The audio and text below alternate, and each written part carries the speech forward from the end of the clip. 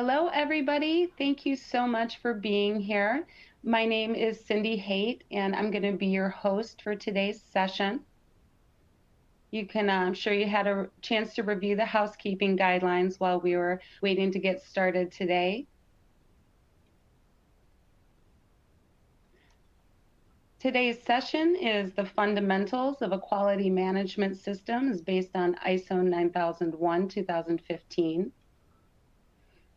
And again, my name is Cindy Haight. I'll be your host. You can see me there on the right. I joined with SGS and the Academy, which is our training division, just over a year ago. We offer a variety of different training courses, both online and for private instruction, and we'll touch on that a little bit later in the session today. I do have over 20 years of experience in the certification industry. I worked for Bureau Veritas, which is another company, and managed key global accounts. And then I moved into their training department. So I got my lot of good knowledge about ISO training there, and was lucky enough to join with SGS in 2002. So now I also work in the certification side. So I assist customers with certification for ISO 9001 and other core standards. And it's great to be here with all of you today. I'd like to take a moment and introduce your speaker. Today we have Ms. Sabrina Ippolito. Sabrina is a lead auditor with SGS certification, as well as a lead tutor with SGS Academy. You can see she's a classically trained biochemist and a certified lead auditor who ensures organizations maintain compliance in a realm of different industries, certifications and standards spanning pharmaceutical, cosmetics, and general manufacturing. She has directed, overseen, and improved several quality systems to reduce deficiencies and increase product flow across the US and Canada. She is affiliated with the Professional Order of Chemists of Quebec, as well as the American Society for Quality. Just a few things about SGS. We are the #1 global company in the TIC industry. That's technical testing, inspection, and certification. We have over 2,500 offices, almost 100,000 employees. So we have a great team with good wealth of experience. We offer certification, training, customized audits, second-party audits. We do have a business line that assists with managing your supply chain, as well as we offer technical consulting services. So through our combination of a high level of quality of service, our global network, and our industry experience, we do have a great team and a lot to offer to our customers. Again, it's a pleasure to be here with you today. If you have any questions for myself or for Sabrina, please type them into the Q&A section. We will try to answer all your questions as much as we can or as quickly as we can. We have a very large group today, so if we don't get to your questions, we will respond to you via email. Also, today's session is the first in a series of 6 webinars. So we're going to be hosting a session every couple of months throughout the rest of this year. Our next session is scheduled for April 14th, and it will review risk assessment. I'm going to hand it over to Sabrina Ippolito, your speaker. I hope you enjoy the session, and we look forward to answering your questions at the end. Thank you so much. Thank you, Cindy, for your wonderful introduction. Hi, everybody. Good afternoon. I am so excited to be here with you and to share this learning space with each and every one of you as we speak about the fundamentals of a quality management system.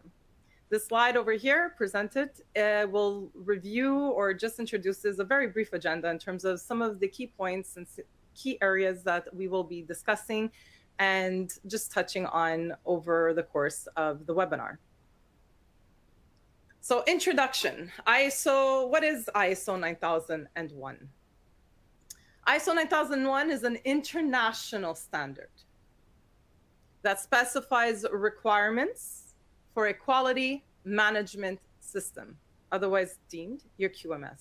So essentially, ISO 9001 is synonymous for quality management system. Organizations use the standards to demonstrate the ability to consistently provide products and services that meet customer and regulatory requirements. Your key operative words there are consistent. ISO 9001 is the best known standard and the most used worldwide. It is the basic standard used to optimize an organization's activities. And in fact, more than 1 million organizations are ISO 9001 certified in over 175 countries worldwide. So very quick, my first little, I guess we can say, pop quiz of the day. Do you have a quality management system within your organization?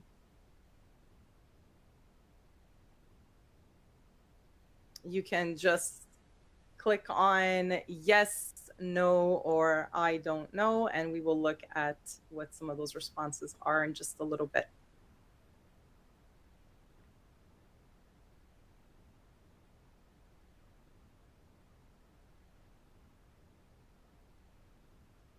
Okay, let's see. Nice. We've got about 92% who answered yes, about 5% who answered no, and about 2.5% I don't know. Okay, good. So, quality management system approach. The QMS approach encourages companies, it encourages all sorts of organizations to identify accurately customers' needs and expectations, to define the processes that contribute to achieving products or services that meet customer requirements, keep processes under control, because at the end of the day, that is what you're trying, that you are aiming to keep your processes under control so that you can consistently provide products and services that meet your customers' needs. Resolve quality problems efficiently and effectively. Provides a framework for continual improvement and enhancing customer satisfaction. Top managers must participate in the development, implementation, and improvement of a quality management system. So why would we want to implement a formal quality management system? Customers demand products or services that meet their needs and expectations, and these can evolve over time. The customer ultimately decides whether or not the product or the service is in fact acceptable. Customers' needs and expectations are constantly changing. Therefore, organizations must continually improve their products and processes. Problems occur because of a failure to exercise control over processes and activities. So therefore, we want to be able to implement a system that is capable of monitoring, or a system that is capable of ensuring that we are in fact meeting requirements that are set forth by regulatory agencies, but also by our customers. Therefore, adopting a QMS is a strategic decision for an organization that can help improve its overall performance and provide a sound basis for sustainable development initiatives. So 7 principles of managing quality. This is one of my favorite slides because it gives you a really good idea in terms of what is really required when we're talking about managing quality. It is customer-centered, it's customer-focused. We have an intention on leadership. So if we think back to several versions of the standard, where back in the day, we used to speak about a quality representative. Now that we've introduced the idea, the concept of leadership, we have to keep in mind that when we're talking about quality, quality is no longer the responsibility of the individual that has quality in their job title, but is in fact the responsibility of everyone. An engagement of people. So this means that we invite people to the proverbial table and we ask them critical thinking questions that allows us to build a holistic system, a holistic approach to being able to resolve issues and to be able to drive whatever it is that we are manufacturing or the services that we are rendering to our clients as efficient and effective as we possibly can.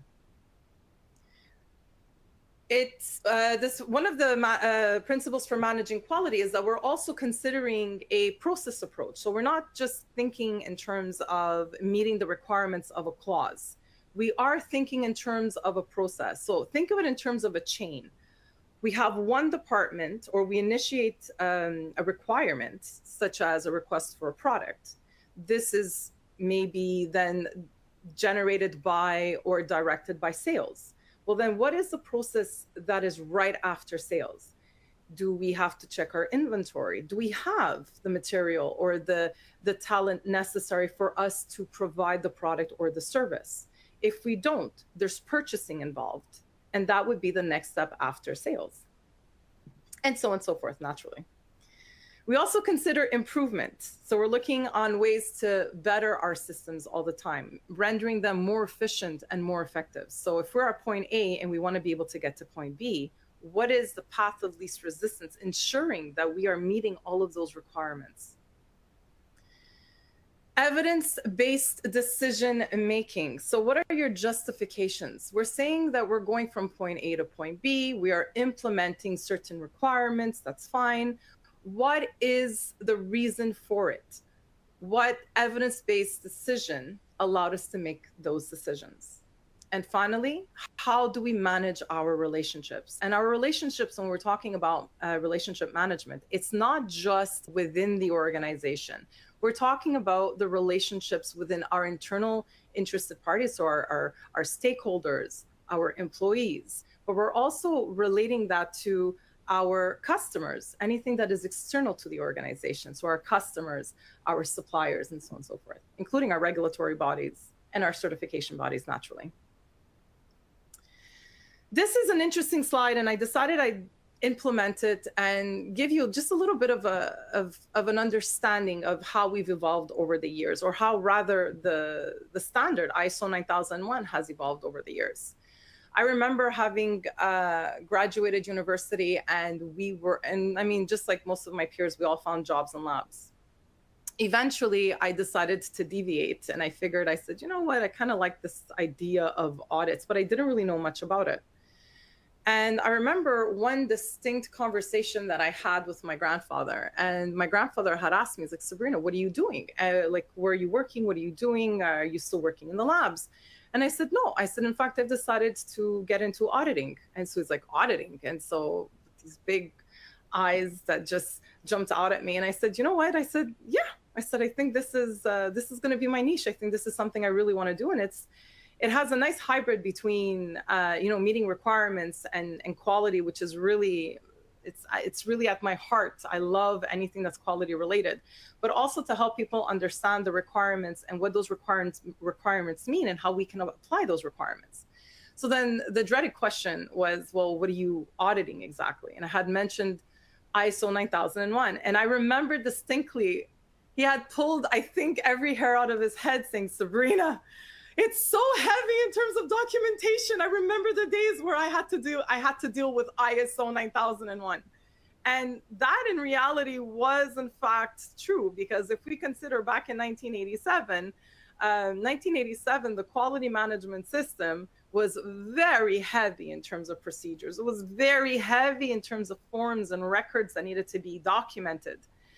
When they did the revision in 1994, they introduced the idea of preventive action. So they were being a little bit more proactive with the idea of a quality management system. Later on in 2000, where they had another revision, they introduced the idea of a process approach. So we weren't just building our documentation, our dreaded SOPs based on clauses, but in reality, they were based on processes such as sales, purchasing, receiving, shipping, production, testing. And they also introduced the idea of PDCA, which is Plan, Do, Check, Act, and also one of the areas that we're going to be looking at today. In 2008, they had another revision of the standard. They pretty much kept things more or less the same with a couple of changes.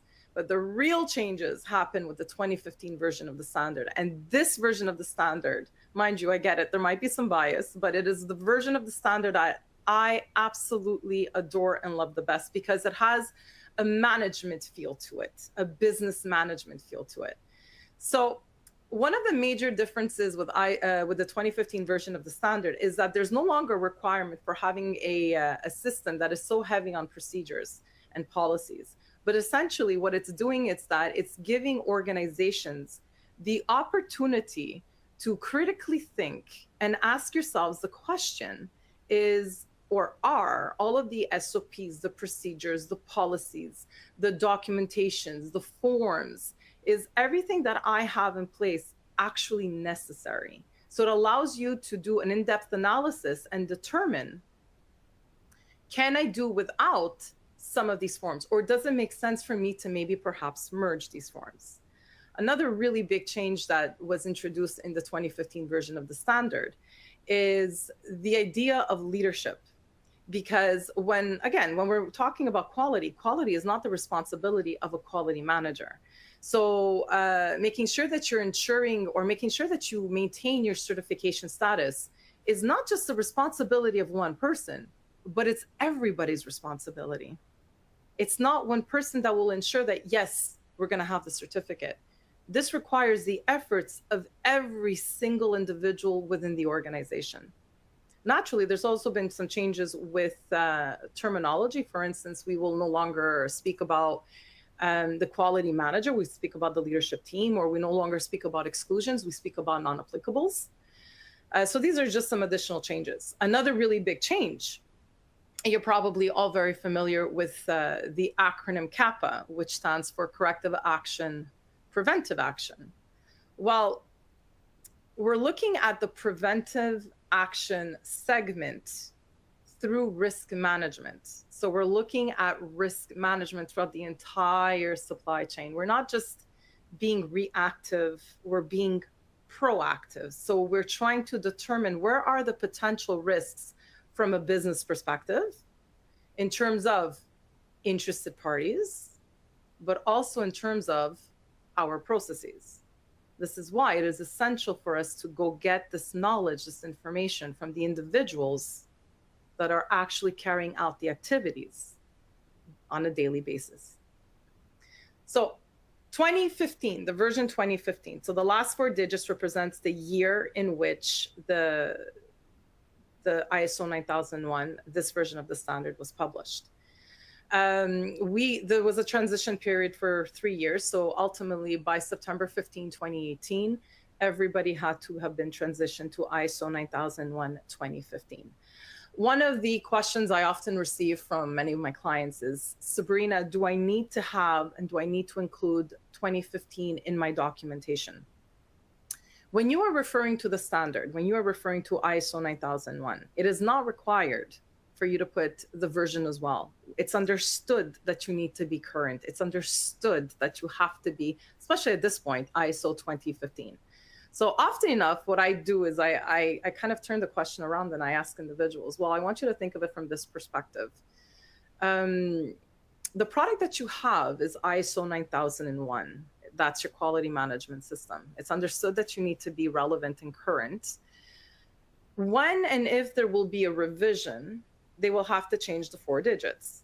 So is there really an added benefit of having to go through all of your documentation and having to change the last 4 digits to the new version?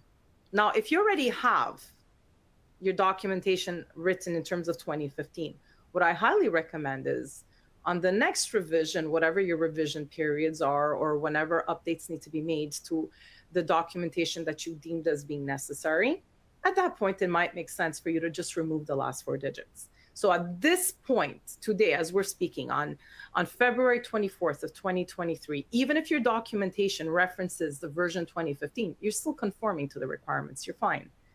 The only thing is on the occasion where there is an update, if you're still referencing 2015, once the transition period is over, that's where you'll have a nonconformance. So just keep that in mind. So if we think of back of 2008, in 2008, we had 8 clauses. In 2015 version, we now have 15 clauses. So basically what we did is we put all of the requirements of 2008 in a blender, we press play, and now we got 10 clauses. So it was just more or less a reconfiguration of the requirements with a few add-ons as well. So these are all of the sections. We have scope, found on section 1, our normative references, section 2, section 3, our terms and definitions, our glossary, if you will.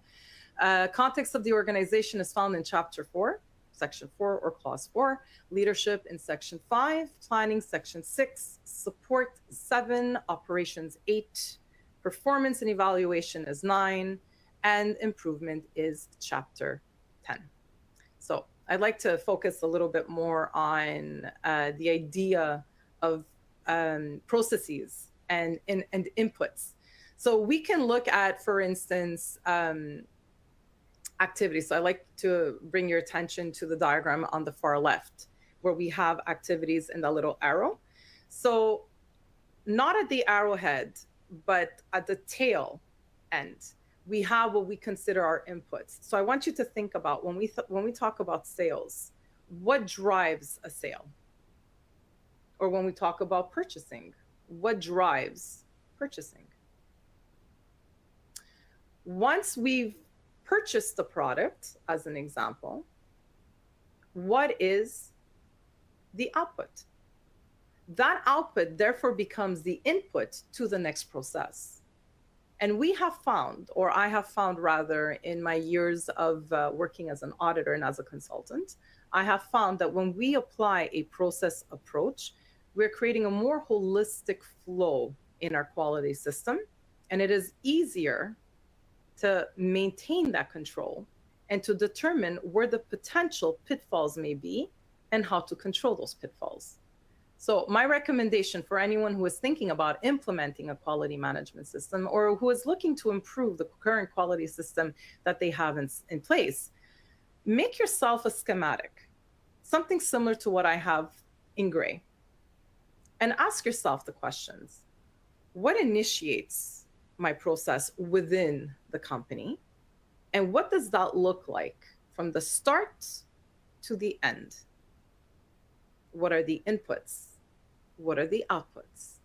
This will also help you drive certain questions, such as, where are the potential risks? And this isn't a question that you would be asking necessarily to everyone in the company, but as you are trying to develop and identify and determine these risks, maybe even during an internal audit, you may address these questions with individuals that are in the department carrying out their day-to-day, or inviting pertinent individuals in those departments to sit down with you, where you are driving the conversation and asking those questions. Just something for you to think about.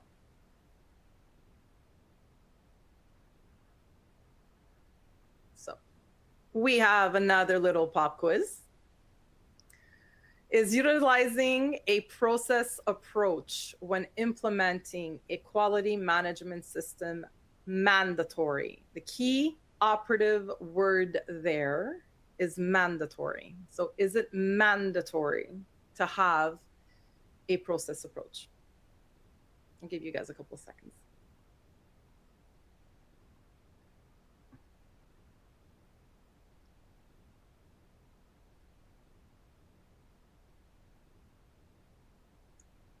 That's right. The answer is, in fact, no, it's not mandatory. It's recommended. We prefer that you think of your organization holistically instead of just saying, okay, I'm going to do an SOP for section 4.0 context of the organization. I'll have an SOP for section 5 leadership. We don't want you to think like that. We want you to ask yourselves the questions. What are all of the different departments? What are all of the different activities? What's the flow within the company? What's the flow within the organization? How does leadership fall into this? How does context of the organization fall into this? Who are our interested parties? What are the strengths, the weaknesses, the opportunities, the threats of all of our interested parties within the organization and external to the organization? So it's not mandatory for you to follow a process approach. It's definitely recommended. So a company that shows to me that they are following a process approach, or a company that shows me that they're following the elemental approach, are equally acceptable. Good. So this brings me to the plan, do, check, act, otherwise known as the Deming wheel. I want you to think about your organization. Individuals that are implementing, either implementing a new quality system, implementing any type of system. It could be environmental, it could even be a pharmaceutical, it could be a cosmetics management system, any type of system that you're implementing. Naturally, where you start off becomes your base. What we're expecting to see, not even what we're expecting to see as auditors, but for yourselves, okay? For yourselves, for your company, for your entity, for your industry even. Where are you right now? We are looking to find improvements. We're looking for efficiencies. How do you go from where you are and just improve yourself a little bit better? We're not expecting to see from one year to another where you've had maybe 50 or 60 nonconformances to all of a sudden you have 0 nonconformances. And I'll probably be scratching my head and be like, we may need to do a little bit more digging. But essentially what we're wanting from you is for you to strap on your quality belt just a little bit tighter and say, how could we ensure quality is further embedded in our policies, in our processes, in our procedures, in our work instructions? Do forms need to be modified? Do they need to be made better? Do they need to be more succinct? Do I need all of this information that I'm expecting people to fill out on a form? Is that information actually necessary? So already when we start making these small changes, or we start identifying and determining where potential risks are within the organization, right then and there we can say, okay, well, you know what, we've identified a potential risk. We were able to determine that it's a moderate risk or a high risk. It might make sense for us to get pertinent individuals together. Let's discuss and see what is it that we can put in place to ensure that if you're not capable of eliminating that risk, at least you're capable of managing it and mitigating it. So you get together and you determine what is it that we do. So this plan, do, check, act. You're going to plan for change. The doing aspect is to actually carry it out. So consider it this way. What is the step-by-step approach? What is it that you're going to do step 1? What is it that you're going to do step 2, step 3, step 4? And involve individuals in that discussion. Involve pertinent people in that discussion. Once you've determined what the steps should look like, who is responsible for carrying out that step? And this does not mean that you put a job title. This means is that you're actually giving a step to an individual, to a person, because the last thing you want is for you to do a follow-up, let's say at the end of the month or at the end of the quarter. And it's like, well, we thought someone else was taking care of it in the department. And this is often what we end up seeing when we're doing audits. So when you're doing your step-by-step approach, assign the step to an actual individual and give a due date. You can give a specific date, such as the 28th of February, 2023, or you can speak in terms of months, April 2023, where it's understood that when you're giving the month, it's until the end of the month. Or speak in terms of quarters if you think that it's going to take more time. So for instance, Q2, 2023. So you can determine that. But one of the things I definitely recommend, and something that I'd like for you to think about, is when you are stipulating who's responsible for carrying out a task or an activity, I highly, highly recommend that you specify the individual's name. Okay?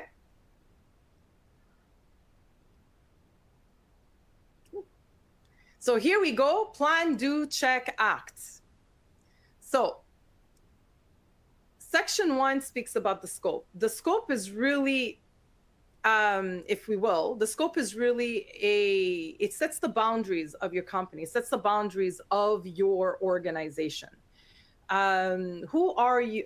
What is it that you're manufacturing? Are you just in manufacturing? Are you doing design and development? Are you doing research? Are you doing any testing? So it really sets the parameters. So what are the activities that you are actually doing within your organization?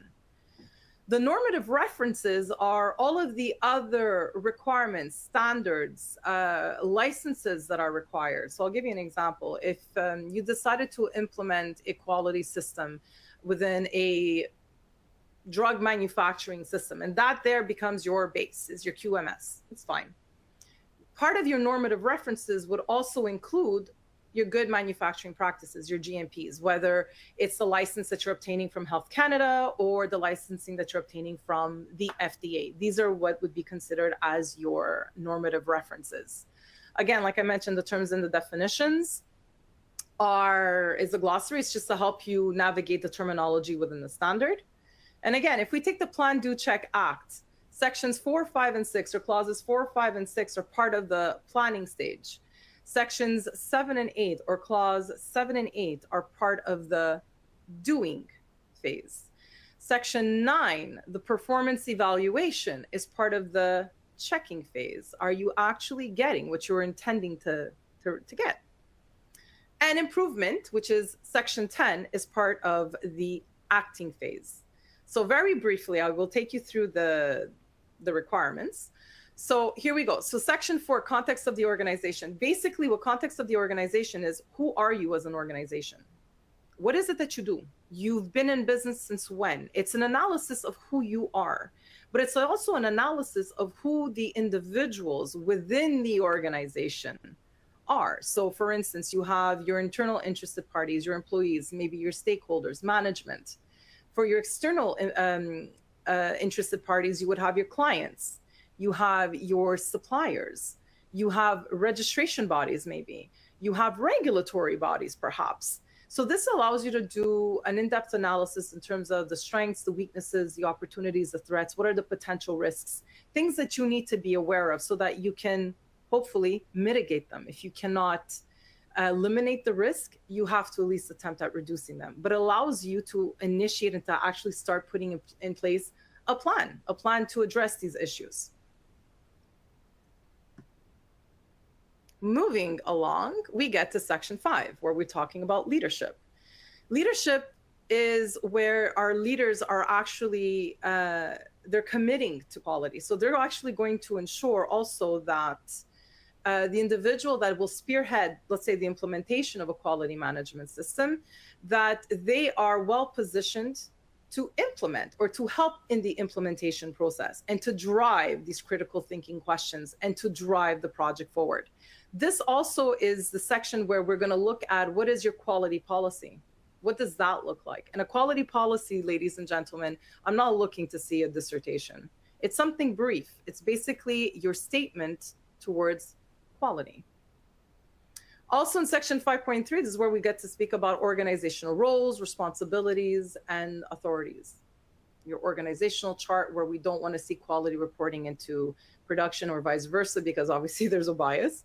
But think of it in terms of, what does your organization in fact look like? What is the reporting structure? The planning phase. So this isn't just planning for production or planning to render a service. This is also planning to determine and address what are the risks and how do we plan and ensure that they're being mitigated, and our quality objectives. So quality objectives are like KPIs, but they are based on quality. As an example, we want to reduce the number of non-conformances, or we want to reduce the number of customer complaints, or we want to be able to ensure that on-time delivery is no less than 95%, as an example. So what is it that you're going to put in place? How are you going to plan in order for you to achieve those requirements, your quality objectives? Support covers your HR, for instance. It also covers training, awareness training. your competencies. So for instance, you can't have just anybody creating engineering documents. Engineering documents, as you're aware, need to be stamped by an engineer. So there's a certain level of competency that's required there. I want to bring your focus, however, to section 7.3, which discusses awareness training. This is super important. You need to ensure that anyone and everyone who is newly hired has awareness training. And if you're planning on implementing a quality management system within your organization, you want to ensure that before you are certified or you have an external body coming to certify your organization for the QMS, that everybody has received awareness training. What awareness training is that you are providing training to individuals, that people are aware of the quality policy, people are aware of the quality objectives, people understand the benefits of implementing and maintaining a quality management system, and the consequences when those requirements are not being fulfilled. So if you have a work instruction, but someone's decided not to follow the work instruction, what are the consequences? And I understand that the word consequence has a very negative connotation to it, but it's not just consequence in terms of you're going to be reprimanded. We're talking about consequences in terms of make them aware that we will have an increased number of customer complaints if we're not meeting the requirements or if we're not following what's been implemented in the quality management system. We can have an increased number of non-conformances, which means that there's going to be required more administrative requirements in being able to deal with these non-conforming reports or corrective action reports. So it's very important that you make and that you drive the message home that we have a quality management system in place, but that the quality management system in place, we have these benefits. They've been tried, tested, and true. If, however, you have any ways, any methods of rendering our QMS more efficient and more effective, we welcome the opportunity to make it more efficient or more effective. At least it's going to help generate good conversation, but also it's showing that you're very inclusive within your quality management system and that it's not just a one-person show. How you communicate your information, whether internal to external, that too is looked at in terms of support. Now, does that need to be documented? No, not necessarily. This is actually a conversation that you can just have within, let's say if you're being audited, so with the auditor. Again, this version of this quality management system does not require you to document everything. You have to determine what is necessary for you to have documented. Remember, people are coming to work, right? So you have to be strategic in terms of what you're actually going to have documented. If it is a policy or a procedure that is necessary, then document it. If it is something that you think you could do without, then maybe all you need is really just a form or a register to help control the process. And then we have documented information, which is also in terms of your paperwork, in terms of your policies, your procedures, your work instructions, your forms, your logs. How do you manage updates? And so forth. Section 8 speaks about operations. Okay, so we have operational planning and control. How do you plan? Once you know that you have your contracts have been signed, or once you know that you need to be producing things, what does the planning look like? How are you managing planning? What are the requirements for those products and services? Are there any in-process checks that need to be done? Design and development of products and services. This is like R&D. So if you're an organization that does not do any R&D, you would take non-applicability to this section of the standard. Section 8.4 speaks about the control of externally provided processes, products, and services. So what does that control look like? Think about it. And if it is something that needs to be documented, then you'll document it. 8.5 is production and service provision. 8.6 speaks about the release of products and services. So what does the release look like? Is there a final testing that's required? Do you maybe need to take a sample of what's been manufactured and send it out for testing? What does that look like? Section 8.7, the control of non-conforming outputs, is in the event of a non-conformance in production or in the event of a non-conformance during a servicing. What do you do? What does that look like? My favorite section of this standard is performance evaluation, because this allows me to do a snapshot of the company, whether it's during a specific time in the year or throughout the year. So this is usually in terms of, let's say, internal audits, where I take specific time within the year and I have a one-on-one with departments, with individuals, with each, as many people as I possibly can, to get an in-depth understanding in terms of, were there any changes between one year and the other? Is the system that we have in place, is there any room for improvement? Did an individual determine that we have 4 forms that we're filling out that all say the same thing? There's just certain elements missing on one form that find themselves in another form. So we have individuals that are writing the same information 4 different times on 4 different forms. A potential error that may happen, because how do I know which form needs to be filled out? So it gives the opportunity for an individual to take time from their busy schedule and say, okay, talk to me about your processes, talk to me about your day-to-day. Is there any room for improvement? Can we make your system a little bit leaner? Is there anything that we need to consider? Anything that needs to be brought back to the proverbial table that we need to discuss? And then section 9.3 is management review. Management review are specific inputs with specific outputs. It's a study. It's basically a summary of the organization and how it performed throughout the year. And we get to illustrate. And again, this is not meant for it to be a thesis. If you want to write a thesis, we'll go off and we'll go do a master's degree or a PhD. This is really meant to drive home a message to say, this is what we were looking for in terms of our quality objectives. We were able to attain them. Or this is what we were looking for in terms of quality objectives. We could not attain them. Why? What happened? What do we need to do better next time? It allows to have these types of discussions.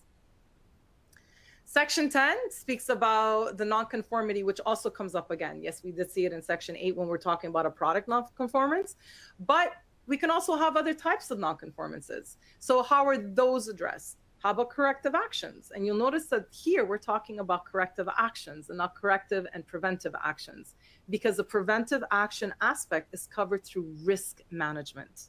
Section 10 speaks about, 10.3 rather, speaks about continual improvement. So what improvement projects are we implementing, are we putting in place? And sometimes it could even be a question of doing an overhaul of your documentation just to lean up your quality management system. And what does that look like?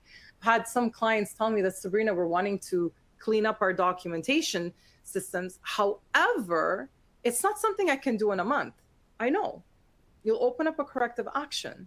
And even if it lasts you a year and a half, 3 years, as long as you're showing a follow through and that it's not a document that's been left neglected, but that you're demonstrating that little by little you are making improvements, whatever that looks like, then that means you are improving your system. And some improvements are not improvements that can be determined, identified, or completed in a span of a week or a month or 4 months. Sometimes it takes far longer than that. And that's okay, as long as you're documenting the information. So the benefits of a quality management system. An effective QMS provides the organization and its customers with confidence that it can provide products that consistently meet requirements, improve business planning, greater quality awareness throughout the organization, improves communication, higher customer satisfaction, and reduced costs of non-quality. Can I purchase? So this is another pop quiz, and I promise you it's the last one of the day. Can I purchase a quality management system from a quality management consultant and expect to pass a certification audit? Yes or no? I'll give you a couple of minutes, a couple of seconds rather.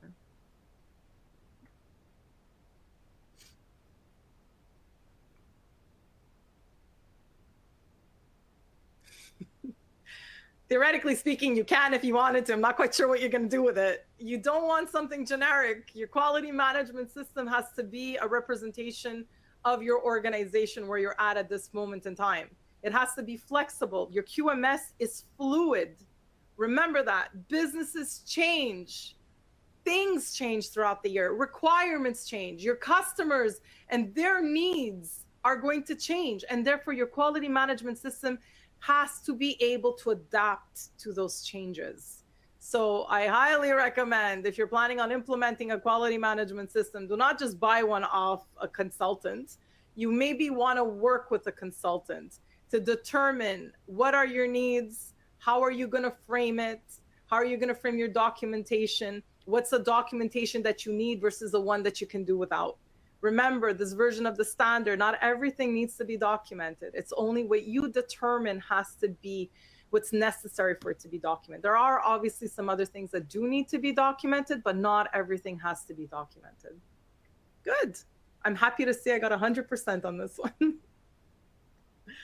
Awesome. Cindy, I'm going to turn this over to you.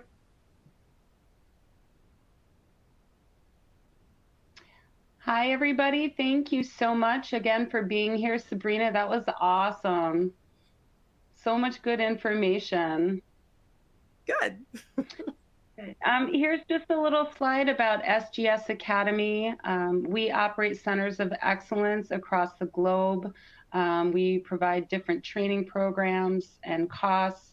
They're very engaging and intended to deliver opportunities to our customers and to individuals without excessive costing for you.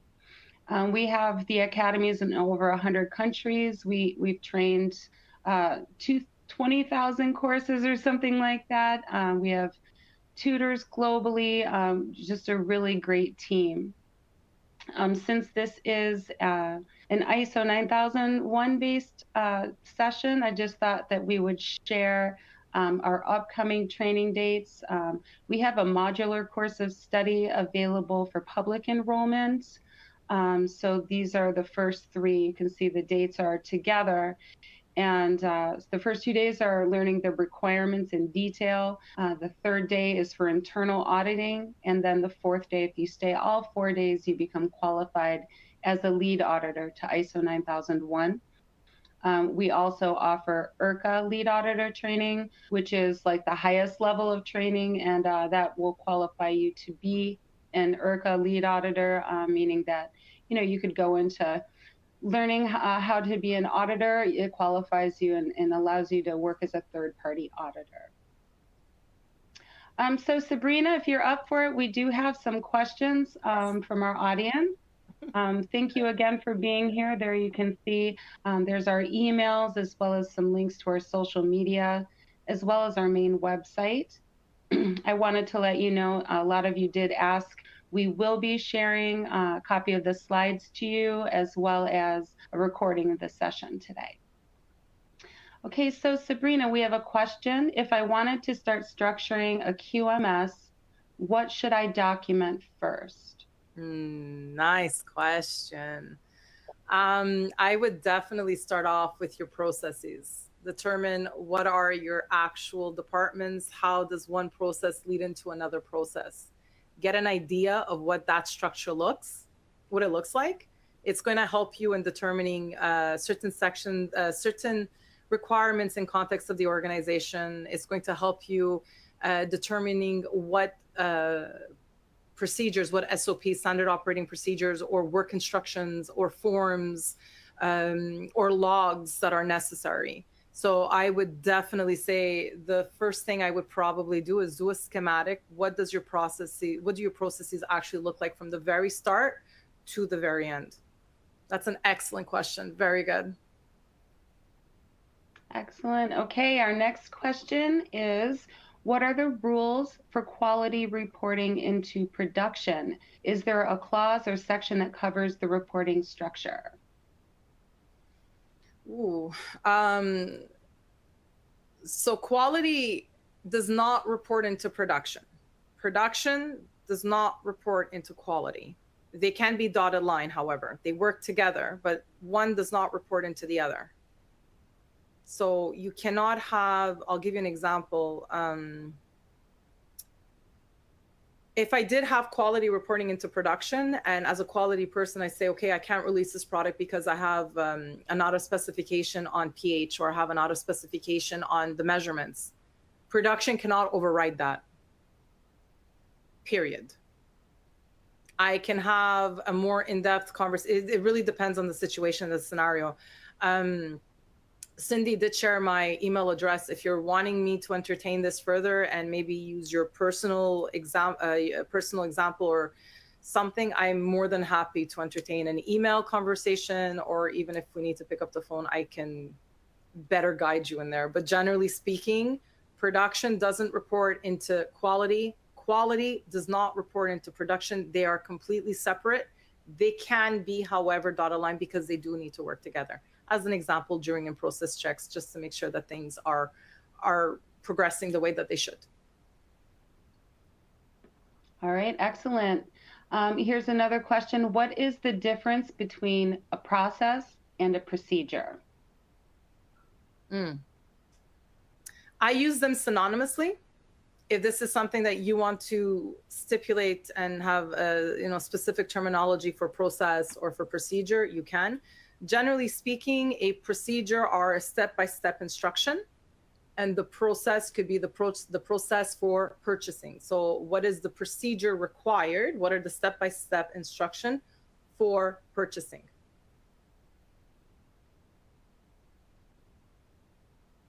All right. Here's another one on clause 7. Can you give examples of resources? Sure. Resources, like I said, we are talking about human resources. So all of the requirements and everything that generally human resources would take care of. We speak about competency and training. We speak about also calibration. Calibration is another thing that I don't think I mentioned in the training, but calibration is also covered in resources as well. We look at preventive maintenance. So for instance, if you have lift trucks or if you have overhead cranes, hoists, this is also part of resources. The environment in which you are actually carrying out the work, conducting the work, the servicing, whatever it is, that is also part of resources. We also consider, for instance, our IT.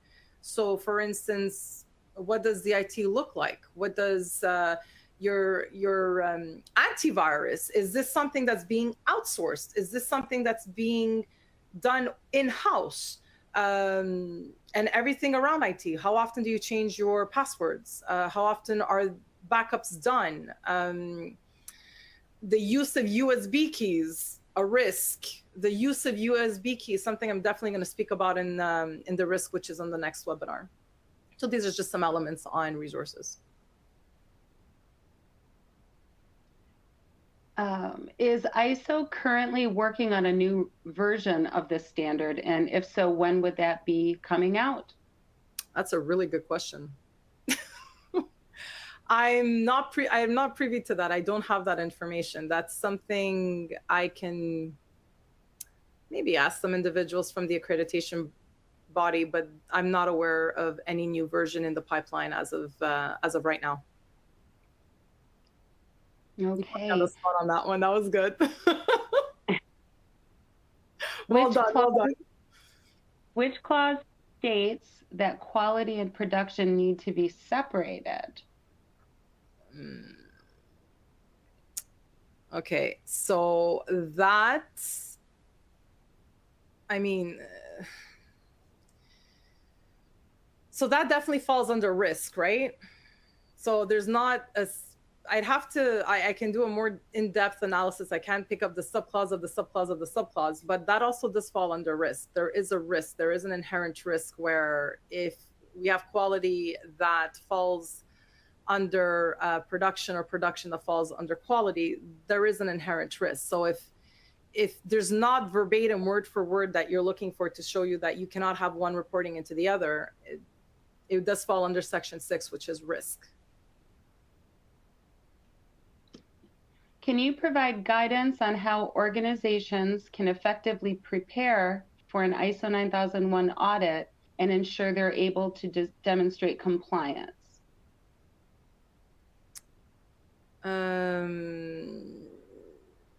Guidance on how to effectively prepare. So you would prepare. Okay, very good. I like this question.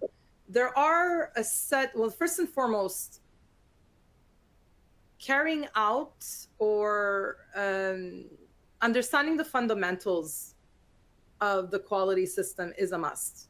So I would probably start off with the training, like go maybe definitely get SGS training. I'm one of the trainers at SGS, and I find that the program that they've implemented for the requirements of ISO 9001 is definitely beneficial. And they help individuals better understand what those requirements are, especially that is spread up over 2 days.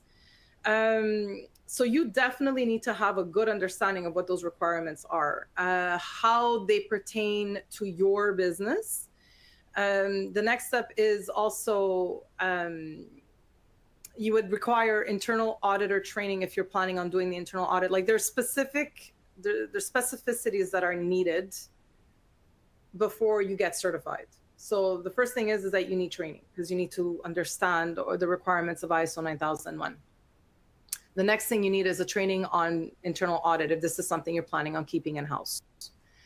You want to have your processes documented. You want to be able, again, not everything needs to be formalized, right? You have to determine what is necessary to have formalized. I generally like to formalize whatever is necessary without going overboard. But even like context of the organization, being able to determine who those interested parties are, who you are as a company, who those interested parties are, what are the needs and the expectations, the needs and the wants, what are the strengths, the weaknesses, the opportunities and threats, and what are the foreseeable or the potential risks. Doing an analysis of the risk and demonstrating that you are managing risk throughout your entire process. Another thing is that an internal audit needs to be done, absolutely, before a management review, and both need to be conducted before you get audited by let's say SGS. Now what SGS does, which I think is magnificent, is that they have what we call a stage 1 and a stage 2. A stage 1 audit is like a pre-audit, just to make sure that before you move on to certification, that all the requirements that are needed are actually in place, and then we can move on towards a stage 2. Also, during a stage 1 audit, we determine what is the scope of your organization. We also determine the non-applicabilities, and we lay out what the next 3 years of an audit, of a certification audit, will look like. So what are the activities that will be audited throughout each year? I hope I answered your question. That was a loaded question. A lot of things happening in that one. Well, it looks like we have time for one more. If something is deemed as tribal knowledge, example, a way of or method of doing things, is this an indication that it should be formally documented? It's a good question. Oh, yeah. That's an excellent question. Yes, I'm going to say yes. So I'm going to, here, let's give this a situation, this event. You have someone who's been with the organization for years, and they have all of this good, juicy information in their head. And they decide, let me play the lottery. And they win the lottery. And the next day they decide, I bought a ticket to tour the world and I'm not coming back for a year. All of this information leaves with them. So what I want you to do is I want you to evaluate the risk of that. And I want you to think about it critically. If this person were no longer there, can I continue working, or will there be a huge blip in the system? And if there's a huge blip in the system, then that should probably direct you to formalizing some information. Remember, one of the biggest takeaways, especially from the fundamental course, think of risk. Let that guide you. Document what you feel comfortable with risk in terms of your probability, in terms of the impact. Again, something I'm going to go into further detail next webinar session. but I want you to really think about risk. What does that look like for you? What does your organization deem as being a low risk versus a very high risk, in terms of a low impact versus a very high impact, and measure that question on that matrix. And based on your evaluation, you should know what your next steps are. All right. Well, thank you so much, Sabrina. Thank you all for attending today. It was a wonderful session. As a reminder, you have a resources area. You can find a link to the next session, which is on risk assessment. That's April 14th. So hopefully we'll see you then. And I hope everyone has a great rest of your day and a great weekend. We will follow up with an email with a recording or a link to the recording, as well as a copy of the slides today. So thanks so much. Thanks, Sabrina. Thank you. Have a great day. Bye. Bye, everyone.